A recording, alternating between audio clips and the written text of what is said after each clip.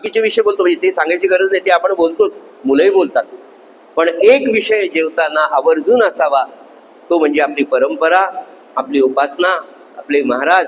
आणि मला या सगळ्या चरित्रातनं खरं सांगतो तुम्हाला, हजारो पर्सनॅलिटी डेव्हलपमेंटची पुस्तकं आहेत, पॉझिटिव्ह थिंकिंगची हजारो पुस्तकं आहेत. आणि ही सगळी पुस्तकं वाचून फ्रस्ट्रेट होणारी माणसं मी जवळून पाहिलीत. आणि शेवटी महाराजांची प्रवचनाची पुस्तकं आणि उपासनेला जेव्हा त्या व्यक्ती आल्या, त्यांच्या जीवनातला आजचा आनंद कमालीच्या बाहेर. ते फक्त ते म्हणतात की आम्हाला सगळं जग फिरून आलो. तुम्हाला सांगतो, योग वाशिष्ठ असेल, अध्यात्म रामायण असेल, विशेषतः योग वाशिष्ठातला एक श्लोक 100 हॅरी पॉटरच्या पुस्तकाच्या बरोबर आहे. पण आईबाबांनीच योग वाशिष्ठ वाचलेलं नाही.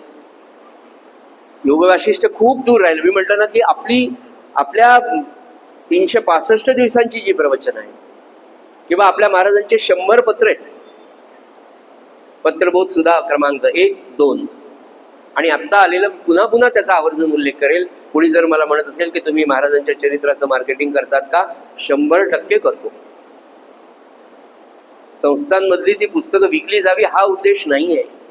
घराघरातली मुलं खऱ्या अर्थाने श्रीमंत व्हावी, याच्यासाठी त्या चरित्राची गरज आहे.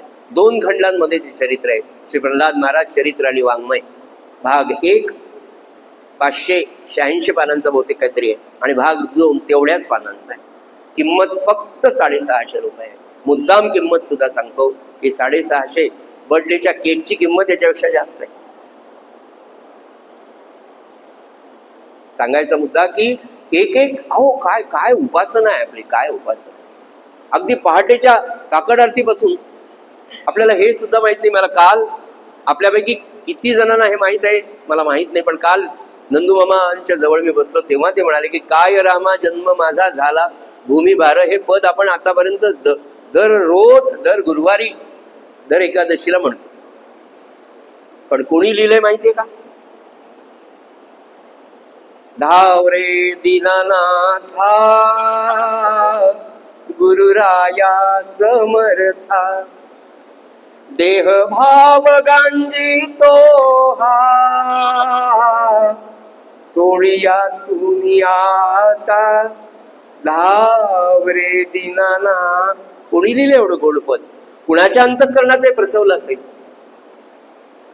प्रार्थना हीच चरणी अहम भावा दंडावे, रामानंदा हेची देई,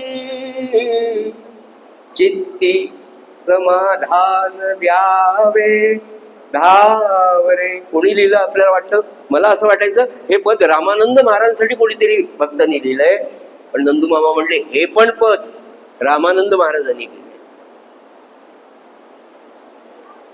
आठविले नाही कधी चित्त चिंती द्रव्यदारा.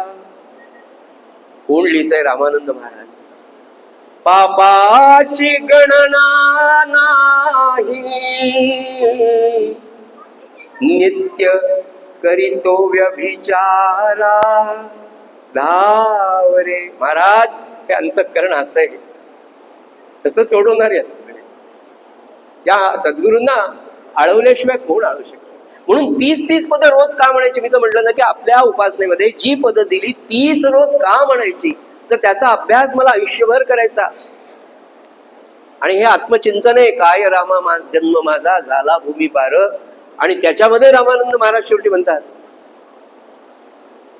अवगुणी अन्यायी परी तुझा म्हणवितो, रामानंदा हाती धरी तुझ विणवितो.